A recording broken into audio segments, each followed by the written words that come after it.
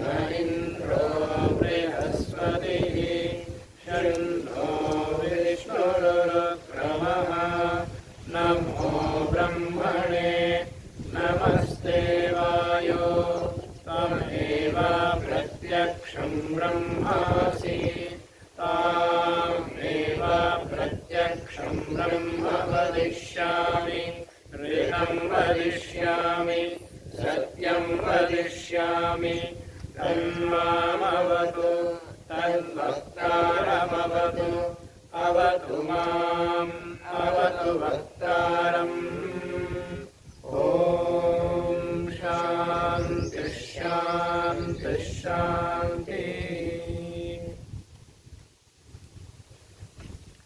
सत्याप्रकाश का पहला समोल्लास चल रहा है। इसके अंतर्गत शन्नो मित्राः इस मंत्र में उद्धृत जो वेद मंत्र है शन्नो मित्राः शंवरणः मित्रादि से लेकर के इस मंत्र में वर्णित जो नाम मित्र वर्ण आदि से लेकर के पूर्वक्रम तक नामों की व्याख्या हो गई। अब मंत्र की व्याख्या मंत्र का अर्थ स्वामी जी स्वयं करते हैं। जो परमात्मा गुरुक्रम मन महापराक्रम युक्त मित्र सबका सुहृद अविरोधी है, किसी का विरोधी नहीं है, सबका ही मित्र है। वह शम सुख कारक हो है। वह वरुण सर्वोत्तम, वर्ण का क्या अर्थ है? सर्वोत्तम वर्णीय आदि अर्थ बता दिया था, यहाँ संक्षिप्त में बताते जा रहे हैं। शम सुख स्वरूप, वह अर्यमा शम सुख प्रचारक, सुख प्रदान करने वाला। वह इंद्राह शम सकल ऐश्वर्यदायक, वह बृहस्पति सबका अधिष्ठाता विद्याप्रद है। विद्याप्रद और विष्णु जो सब में व्यापक परमेश्वर है, वह नः हमारा शम कल्याणकारक भवतु हो। गुरुक्रम मित्र वर्ण अर्यमा इंद्र बृहस्पति विष्णु आदि नाम वाला वह परमात्मा हमें हमारा कल्याणकारक हो, हमको कल्याण प्रदान करने वाला हो, माने हमको कल्याण प्रदान करें, ऐसा परमात्मा से प्रार्थना कर लिया। अब इसके पश्चात अवशिष्ट जो मंत्र है या द्वितीय मंत्र है, उपनिषद का मंत्र है, उसकी व्याख्या को आरंभ करते हैं।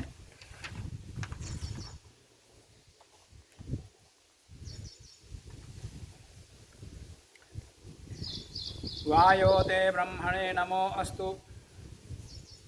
यहाँ पर नमो ब्रह्मणे नमस्ते वायो मंत्र में था, तो उसको बता दें वायो ते ब्रह्मणे नमो अस्तु, ये अन्वय करके अर्थ बता दिया। ब्रेहा ब्रीहि वृद्धौ, इन धातुओं से ब्रह्म शब्द सिद्ध हुआ है, पहले भी बता दिया था, अभी बता रहे हैं, आगे भी बताएंगे। मुख्य रूप से निर्वचन के रूप में आगे बताएंगे पीछे, और इस समय प्रासंगिक रूप में निर्वचन बता रहे हैं, अर्थ बता रहे हैं। इन धातुओं से ब्रह्म शब्द सिद्ध हुआ है, जो सबके ऊपर विराजमान और सबसे बड़ा है, अनंत बल युक्त परमात्मा है, उस ब्रह्म को हम नमस्कार करते हैं। वायो ते ब्रह्मणे नमः अस्तु, जो सबके ऊपर विराजमान है, सबसे बड़ा है और अनंत बलयुक्त है। वायु कहा तो अनंत बलयुक्त परमात्मा है, उस ब्रह्म को हम नमस्कार करते हैं। हे परमेश्वर, त्वमेव प्रत्यक्षं ब्रह्मासि, आप ही अंतर्यामी रूप से प्रत्यक्ष ब्रह्म हो। आप ही अंतर्यामी रूप से प्रत्यक्ष ब्रह्म हो। और प्रत्यक्ष अर्थ तात्पर्य क्या है? पहले मैंने बता दिया था, देखो मंत्र की व्याख्या बता दिया था प्रारंभ में, तो वहाँ प्रत्यक्ष का अर्थ क्या बताया था? हृदय में आप ही दो अर्थ बताए थे। एक तो ही ऐसा अर्थ और दूसरा सूक्ष्म से तत्व से जानने योग्य साक्षात। तू ही ब्रह्म है, साक्षात ब्रह्म तू ही है, ये बता दिया था। प्रत्यक्ष ब्रह्मास्मि तू ही ब्रह्म है, तुझको छोड़कर और कोई ब्रह्म नहीं है। मन मुख्य ब्रह्म नहीं है। कौन ब्रह्म हो सकते? कौन ब्रह्म हो सकते? पर मुख्य ब्रह्म तो तू ही है। स्वमेव प्रत्यक्ष ब्रह्मासि, तुझको छोड़ करके तुम्हारा समान या तुम्हारा बड़ा और कोई ब्रह्म नहीं है। और ब्रह्म का दर्शन सूक्ष्म बुद्धि से होता है, ये बता दिया था। दृश्यते त्वक्रिया बुद्ध्या सूक्ष्म या सूक्ष्मदर्शी भी। जो सूक्ष्मदर्शी है, जो सूक्ष्म बुद्धि वाले हैं, योगी हैं, जो आत्मा परमात्मा तत्व जैसे सूक्ष्म तत्वों को जिन्होंने जाना है, प्रकृति को संपूर्ण रूप से जान लिया है, संपूर्ण तात्पर्य उसका जो मूल प्रकृति तक पहुंचा हो, उसका विश्लेषण करके समझा हो, उसको वो समझ में आता, प्रत्यक्ष होता और वो सदा ही प्रकाशित होता। विष्णु के प्रसंग में बता दिया था, तद विष्णु परमं पदम तद विष्णु परमं पदम सदा पश्यन्ति सूरयः। सूर्य लोग, विद्वान लोग उसको सदा ही देखते हैं। अविद्वान का तात्पर्य वही सूक्ष्मदर्शी। दिवी व चक्षुरात तमम, जीवलोक में जैसे सूर्य को देखते हैं प्रत्यक्ष रूप से, उसी प्रकार से सूर्य लोग, विद्वान लोग उस परमात्मा का दर्शन करते हैं, ब्रह्म का दर्शन करते हैं, प्रत्यक्ष करते हैं। मंत्र भी कह रहा है। और सूर्य कौन है उसका लक्षण बताऊंगा आगे अभी। तो यहाँ प्रत्यक्ष का अर्थ तू ही प्रत्यक्ष ब्रह्म है, तू ही निश्चित ब्रह्म है, तू ही साक्षात ब्रह्म है, तुझको छोड़ करके और कोई ब्रह्म नहीं है। गौण हो सकते हैं, किसी का नाम हो सकता है, बृहत्वाद ब्रह्मा के आधार पर अन्य तत्व भी हो सकते हैं, पदार्थ भी हो सकते हैं, परंतु संपूर्ण जगत का, वो जगत को उत्पन्न करके पालन करने वाला सबसे बड़ा जो मुख्य अर्थ है वो उसी में घटित होता, अन्य में नहीं होता। ये अर्थ यहाँ प्रकट होता है। तो तुम एवं प्रत्यक्षम ब्रह्मासि, आप ही अंतर्यामी रूप से प्रत्यक्ष ब्रह्म हो। अंतर्यामी रूप से आत्मा के अंदर प्रकट होने वाला तुम ही हो और कोई नहीं है। आत्मा के अंदर प्रत्यक्ष होने वाला और कौन है? परमात्मा को छोड़ करके और कोई। ये परमात्मा को प्रत्यक्ष ब्रह्मासि ये कहा। त्वामेव प्रत्यक्षम ब्रह्म वदिष्यामि, मैं आपको ही प्रत्यक्ष ब्रह्म कहूँगा। कोई प्रत्यक्ष करने योग्य कोई है, मैं देवता का साक्षात्कार करना चाहता हूँ, परमात्मा को जानना चाहता हूँ, तो मैं आपको ही कहूँगा। तो जिज्ञासु आएगा, पूछेगा, तो आपको ही कहूँगा, मैं अन्य को नहीं कहूँगा, अन्य को उपदेश नहीं कहूँगा, ना किसी मनुष्य का, ना किसी महान पुरुष का, उसको मैं ब्रह्म के रूप में वर्णन नहीं करूँगा। ये उपनिषद ऋषि कह रहे हैं। मैं आपको ही प्रत्यक्ष ब्रह्म कहूँगा, क्योंकि आप सब जगह में व्याप्त होकर सबको नित्य ही प्राप्त है, सब में विद्यमान है और जानना पड़ता है। और ऋतम वदिष्यामि, जो आपकी वेदस्थ यथार्थ आज्ञा है उसी का मैं सबके लिए उपदेश और आचरण भी करूँगा। ऋतम वदिष्यामि क्या अर्थ किया? जो वेदस्थ यथार्थ आज्ञा है, ऋत का हो सत्य का हो एक ही बात, सामान्यतया अर्थ को लेकर के कहा जाता है, पर ऋत और सत्य में अंतर है। इसलिए यहाँ ऋतम वदिष्यामि, सत्यम वदिष्यामि दोनों ही कहा। तो दोनों में क्या भेद कर रहे हैं? ऋत का अर्थ करते वेदस्थ जो यथार्थ आज्ञा है, हमारे लिए कर्तव्य के रूप में, मनुष्य के लिए कर्तव्य के रूप में वेद में जो कुछ बताया गया है वह ऋत है। उपासनीय क्या है, उपासक कौन है और उपासक के कर्तव्य क्या है, धर्म क्या है इत्यादि जो बताया बस वो ऋत है। वो सदा ही एक जैसा रहने वाला। जो आपकी वेदस्थ यथार्थ आज्ञा है उसी का मैं सबके लिए उपदेश करूँ, किसी एक के लिए नहीं, या केवल भक्तों के लिए कहूँगा, सबके लिए कहूँगा, सदा कहूँगा। मैं सबके लिए उपदेश करूँगा, केवल उपदेश ही नहीं करूँगा, उपदेश तब करूँगा जब मैं आचरण करूँ, और आचरण भी करूँगा। सत्यम वदिष्यामि, सत्य बोलूँगा, सत्य मानूंगा और सत्य ही करूँगा। माने किसी चीज़ को सत्य पहले जानना, फिर उसको सत्य के रूप में मानना, फिर मानने के पश्चात करना, उसको आचरण में लेके आना, व्यवहार करना, उसके पश्चात फिर मैं उपदेश करूँगा। तो उपदेश अंत में है, तो उपदेश करूँगा ऐसा कहा जाता है, तो उससे पहले सत्य को जानना, मानना, करना, ये अर्थ अपने आप निहित होते बिना कहे। वेद में एक मंत्र आता है, ऋग्वेद में 9:113-8, ऋतवाकेन सत्येन, क्या है? ऋतवाकेन सत्येन, माने सत्य से जो कुछ प्रदान किया जाएगा। तो सत्य का विशेषण वहाँ ऋतवाक है, ऋतवाकेन सत्येन कहा। तो ऋत सत्य का उपदेश, सत्य का कथन, सत्य कैसा का स्वरूप कैसा होना चाहिए? ऋत से युक्त होना चाहिए, उसको विशिष्ट बनाने वाला ऋत शब्द। सत्य कैसा होना चाहिए?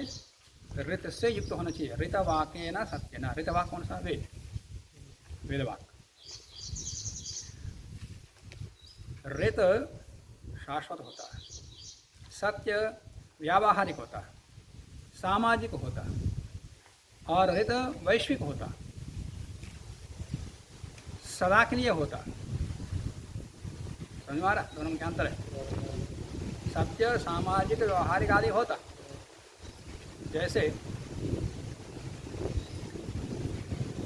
एक राजा को सत्यनिष्ठ होना चाहिए, धर्मात्मा होना चाहिए, प्रजा के हित में अपना हित समझना चाहिए, प्रजा की रक्षा के लिए दृढ़ संकल्पी हो, ये ऋत है। सदा सभी राजाओं में घटित हो सकता है, परंतु श्री रामचंद्र जी सत्यनिष्ठ पुरुष थे, धर्मात्मा थे, मर्यादा पुरुषोत्तम थे, और राम राज्य की स्थापना किया। उनके राज्य को ही राम राज्य कहते हैं। इतना बढ़िया सुखयुक्त राज्य की स्थापना उन्होंने की थी। है क्या है? सत्य है, ऋत नहीं है। वो जब तक वो उन्होंने वो पालन नहीं किया, वो स्थिति रही, तब तक उस विषय को हम कह सकते सत्य है। पर सदा वैसा रहेगा ऐसा नहीं है। और राम जी सदा ही रहे, सदा ही करेंगे ऐसा नहीं होता। राजा को सत्यनिष्ठ होना चाहिए इत्यादि जो वेदों में बताया गया वो ऋत है। किसी व्यक्ति का इतिहास वहाँ नहीं होता, इसलिए वो ऋत होता।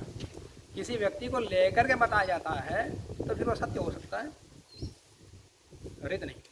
तो यदि ऐसा मानेंगे तो फिर वेद अनित्य हो जाएगा। इसलिए वो ऋत का ही कहता है, सदा सत्य प्रतीत होने वाला, किसी काल में बधा हुआ नहीं होना चाहिए, किसी देश में बधा हुआ नहीं रहना चाहिए। आर्यावर्त में रामचंद्र जी हुए, आर्यावर्त में श्री कृष्ण जी हुए, बड़े आदर्श योगी और राजा हुए। यह ऐतिहासिक है, काल और देश से युक्त है। परंतु देश काल से परिच्छिन्न से रहित होकर के जो बात कही जाती है वो नित्य शाश्वत होती है। उस नित्य शाश्वत विषय को क्या कहते हैं? ऋत। तो सत्य कैसा होना चाहिए? जो उपदेश करना है वो ऋत युक्त होना चाहिए। भगवान के विषय में, आत्मा के विषय में और प्रकृति के विषय में, ज्ञान अज्ञान के विषय में जो भी बताया जाएगा वो सदा काम में आने वाला होना चाहिए। इसलिए ऋतम वदिष्यामि सत्यम वदिष्यामि। मैं जो शाश्वत सत्य है उसको भी कहूँगा, जो सामाजिक व्यावहारिक इत्यादि देश काल परिस्थिति युक्त जो सत्य है उसको भी कहूँगा। यह अर्थ यहाँ पर प्रकट होता है।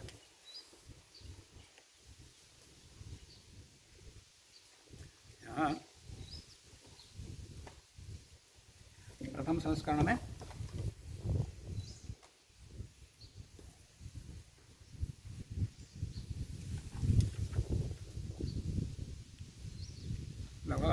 कहाँ गया?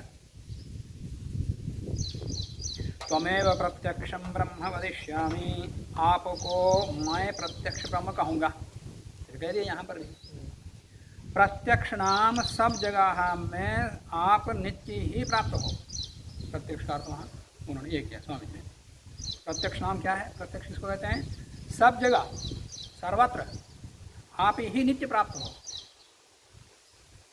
कोई अन्य ब्रह्म होगा, किसी का नाम ब्रह्म होगा तो वो किसी एक काल में प्राप्त होगा, किसी एक देश में प्राप्त होगा, न कि सदा के लिए।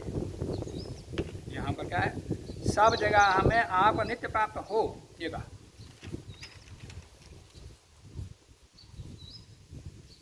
और इदम वदिष्यामि सत्यम वदिष्यामि आदि कहने के पश्चात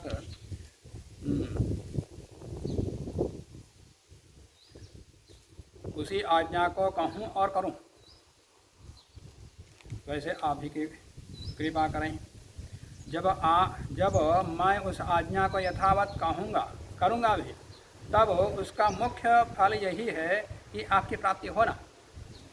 मैं सत्य ही मानूंगा, करूँगा और उपदेश करूँगा। सत्य को ही मानूंगा, करूँगा और उपदेश करूँगा। इसका प्रयोजन क्या है? इसका प्रयोजन क्या है? आपकी प्राप्ति। ऐसा करने से क्या होगा? परमात्मा की प्राप्ति।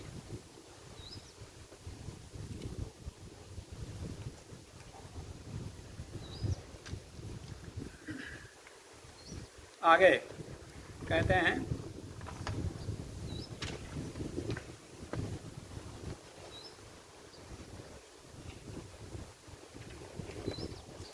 तन्मामवतु, सो आप मेरी रक्षा कीजिए। अब ऋत का उपदेश करना, सत्य का उपदेश करना बड़ा कठिन काम है। करेंगे तो इनकी रक्षा परमात्मा ही करेगा और कोई नहीं कर सकता। इसलिए परमात्मा से प्रार्थना कर रहे हैं तन्मामवतु, सो आप तस्मात्, इसलिए आप मेरी रक्षा कीजिए। तद वक्तारम अवतु, सो आप तो सत्य वक्ता की रक्षा कीजिए, जो आप्त पुरुषों के द्वारा कहा हुआ है, या आप्त परमात्मा के द्वारा कहा हुआ जो सत्य कथन है, उसका ही वचन करने वाला जो मैं हूँ या कोई भी होगा। सत्य वक्ता की रक्षा कीजिए कि जिससे आपकी आज्ञा में मेरी बुद्धि स्थिर होकर विरुद्ध कभी ना हो। सत्य का कथन करने से अनेकों विघ्न उपस्थित होते हैं।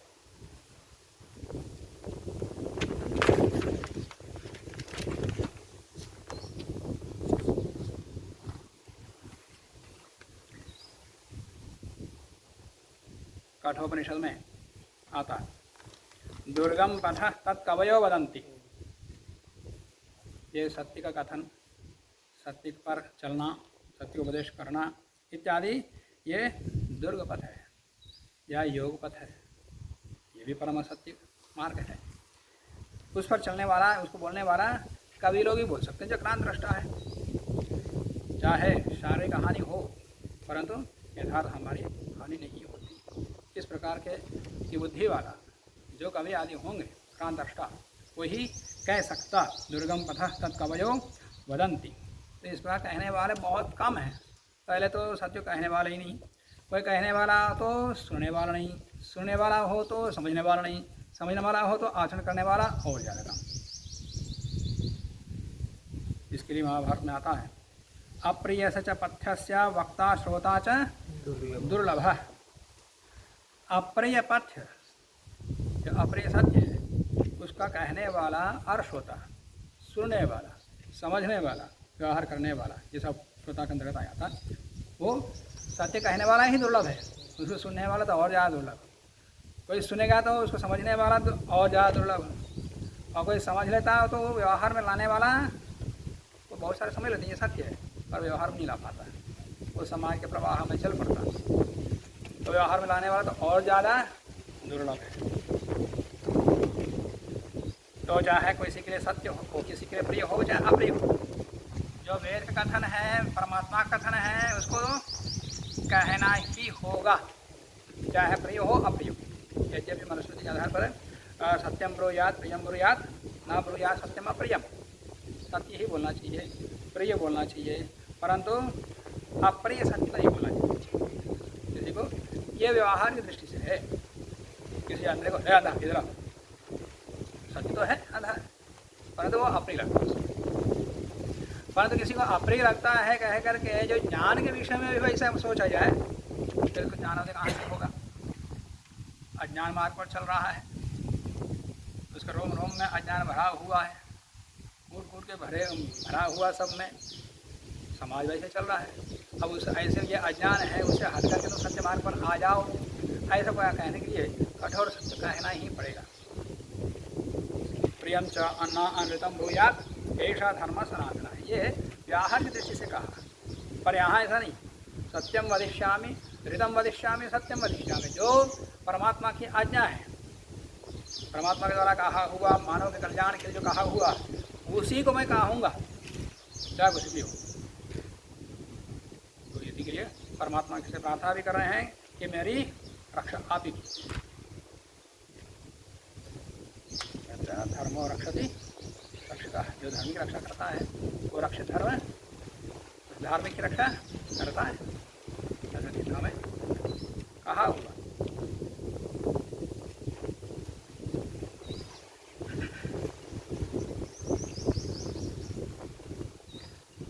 तो आप तो सत्य वक्ता की रक्षा कीजिए, जिससे अब सत्य का प्रचार करते हुए, सत्य का कथन करते हुए, उपदेश करते हुए कई बार ऐसी स्थिति आ जाती है उस मार्ग का छोड़ करके व्यक्ति निरुत्साहित होकर के, कोई जानता नहीं, सुनता नहीं, मानता नहीं, चलता नहीं, और ऊपर से विघ्न उपस्थित करते हैं, सत्य को बोलने भी नहीं देते, प्रचार करने नहीं देते, निरुत्साहित होकर के सत्य मार्ग को छोड़ सकता व्यक्ति।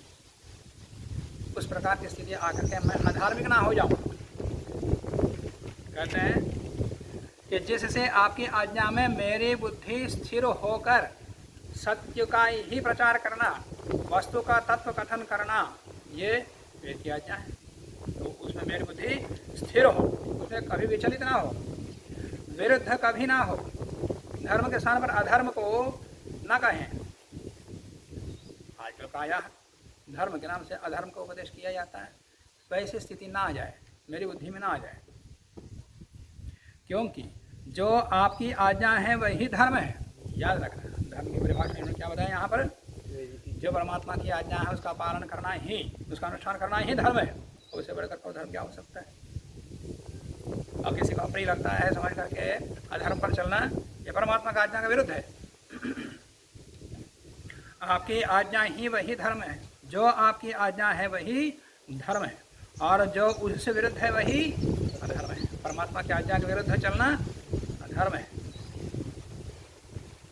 इसी प्रकार का भाव लगभग जैसे छायामृतम जैसे मृत्यु, इसकी व्याख्या करते हुए भी स्वामी जी वही लिखते हैं, ये आपकी आज्ञा का ना मानना, भक्ति ना करना, यही मृत्यु है। अवतु माम अवत वक्तारम, और पहले कह दिया कि तन तत् माम अवतु तद वक्तारम अवतु, ये मेरी रक्षा कीजिए, पहले ही कह दिया। फिर दोबारा माम अवतु वक्तारम अवतु, फिर क्यों कहा अवतु माम, मेरी रक्षा करो, फिर अवत वक्तारम, वक्ता की रक्षा करो, ये तो पहले कह दिया। एक बार प्रार्थना कर लिया हो गया, तो परमात्मा बहरा थोड़ी है कि दो दो तीन बार कहें। तो यहाँ पर पुनरुक्त क्यों हुआ, तो उसका समाधान बता रहे हैं। इसमें 2 बार क्रिया के उच्चारण से तू अवत माम अवत वक्तारम, यहाँ दूसरी बार पाठ अधिकार्थ के लिए, जब किसी शब्द का, किसी क्रिया का दोबारा उच्चारण करते हैं तो वहाँ कोई विशेष अर्थ प्रकट करना होता है, या प्रकट होता है, वो बताते हैं। जैसे कोई अधिक अर्थ के द्योतन के लिए निरुच्चारण यहाँ पर, वो क्या है, जैसे कश्चित कंचित प्रतिवदति, कोई किसी से कहता है तम ग्रामम गच्छ गच्छ, तो गाँव को जा जा, यहाँ गाँव छोड़ो, जल्दी पहले गाँव में जाओ, यही तो अर्थ निकलता। तुम ग्राम गच्छ तो गाँव हो जाओ, तुम ग्राम गच्छ गच्छ तो गाँव को जा जा, पहले जल्दी गाँव जाओ,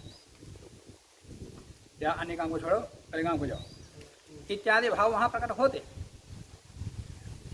इसमें 2 बार क्रिया के उच्चारण से तो शीघ्र ही ग्राम को जा ऐसा सिद्ध होता है। जहाँ कहीं भी द्वित्व होता वो पुनरुक्त नहीं होता। निरुद्देशक पुनः कथन वो पुनर्वचन पुनरुक्त दोष होता, परंतु किसी उद्देश्य से किसी अर्थ विशेष को प्रकट करने के लिए शब्द को दोबारा उच्चारण करते हैं तो वो सार्थक होता है। ऐसे नित्य का विधान पाणिनि ने किया, नित्यम नित्यवीप्सयो से सर्वस्य द्वे के प्रकरण में पूरा प्रकरण वही है। ये द्वित्व किया, विशेष विशेष नित्यार्थ में वीप्स आदि अर्थों में द्वित्व होता है। 2 बार नहीं 3-4 बार भी शब्द को बोल सकते हैं। वहाँ चापले द्वे भवता इति वक्तव्यम एक वार्तिक आता है। माने चापल माने भय से उद्विग्न होना, इस अर्थ को प्रकट करने के लिए द्वित्व होता। तो वहाँ कहते हैं द्वित्व नहीं, जब तक अपना अभीष्ट अर्थ की अभिव्यक्ति नहीं होती तब तक 3-4-5 बार बोलो। बिच्छू बिच्छू है बोलते ही आराम से दिखेगा, बिच्छू बिच्छू बिच्छू बोलो, जल्दी सतर्क हो जाएगा। बिल्कुल पास में आ गया सांप तो सांप सांप सांप ये बोला, जल्दी सतर्क हो जाएगा, फिर बचेगा। बगल में सांप है, ठीक है क्या है कहाँ है, आराम से देखेगा, इधर उधर कहाँ है इधर देखेगा। और सांप सांप सांप जल्दी आओ बोला तो जल्दी सतर्क हो जाएगा। तो यावत् भी शब्द ही सह अर्थः न अवगम्यते तावन्तः प्रयुक्तव्यः। जब तक जितने शब्दों से वो अर्थ प्रकट ना हो या वो व्यक्ति नहीं पकड़ता तब तक चोर चोर चोर चोर चोर बोलते। क्योंकि सब लोग सावधान हो जाए आसपास रहने वाले। जब तक सब लोग इस अर्थ को प्रकट नहीं ग्रहण नहीं करते तब तक 3 बार 4 बार 5 बार बोलता आदमी, व्यवहार में होता तो वो पुनरुक्त नहीं कहलाता। उसको बता रहे हैं। ऐसे ही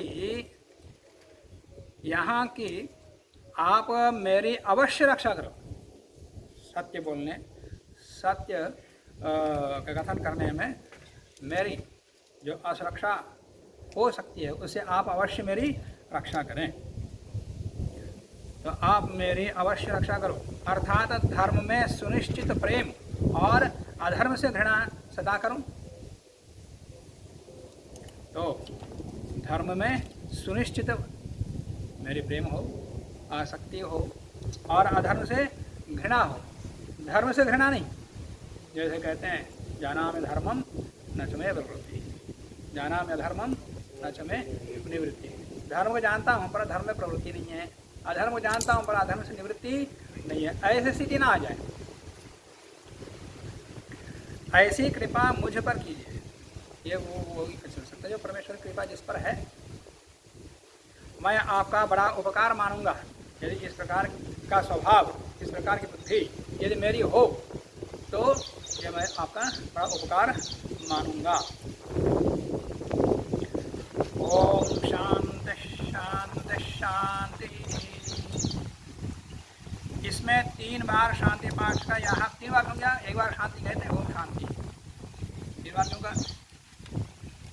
तो बताते हैं यहाँ प्रयोजन 3 बार शांति पाठ का यहाँ प्रयोजन है कि त्रिविध ताप, त्रिविध प्रकार के दुख, अर्थात इस संसार में 3 प्रकार के दुख हैं। तीनों प्रकार के दुखों को दूर करने की के उद्देश्य से 3 बार प्रार्थना है। एक आध्यात्मिक दुख है, कौन सा है? जो आत्मा और शरीर में अविद्या, राग, द्वेष, मूर्खता और जड़ पीड़ा आदि से होता है। माने आत्मा से होता है और शरीर में अविद्या, राग, द्वेष, मूर्खता आदि से होता है, जड़ पीड़ा आदि से होता है। ये सब शरीर में होने वाले दुख, आत्मा में होने वाले दुख जो भी हैं सब आध्यात्मिक दुख है। तो इनके लिए ओम शांति का। फिर दूसरे प्रकार का दुख है, उसको दूर करके दोबारा शांति कह दिया है। दूसरा आदि भौतिक दुख, तो भूत में तात्पर्य यहाँ प्राणी, प्राणी का तात्पर्य अपने मनुष्य प्राणी हो, अपने से भिन्न, और दूसरा अन्य प्राणी जो शत्रु, व्याघ्र और सर्पादि से प्राप्त होता है। ये क्या है? ये आदि भौतिक दुख है।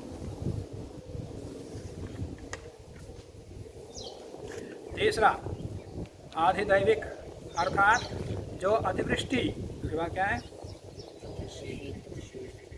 अधिशीत, तो अतिवृष्टि के अवृष्टि या अनावृष्टि भी होना चाहिए। अतिवृष्टि अनावृष्टि या अवृष्टि प्रथम संस्करण में तो ऐसा ही किया।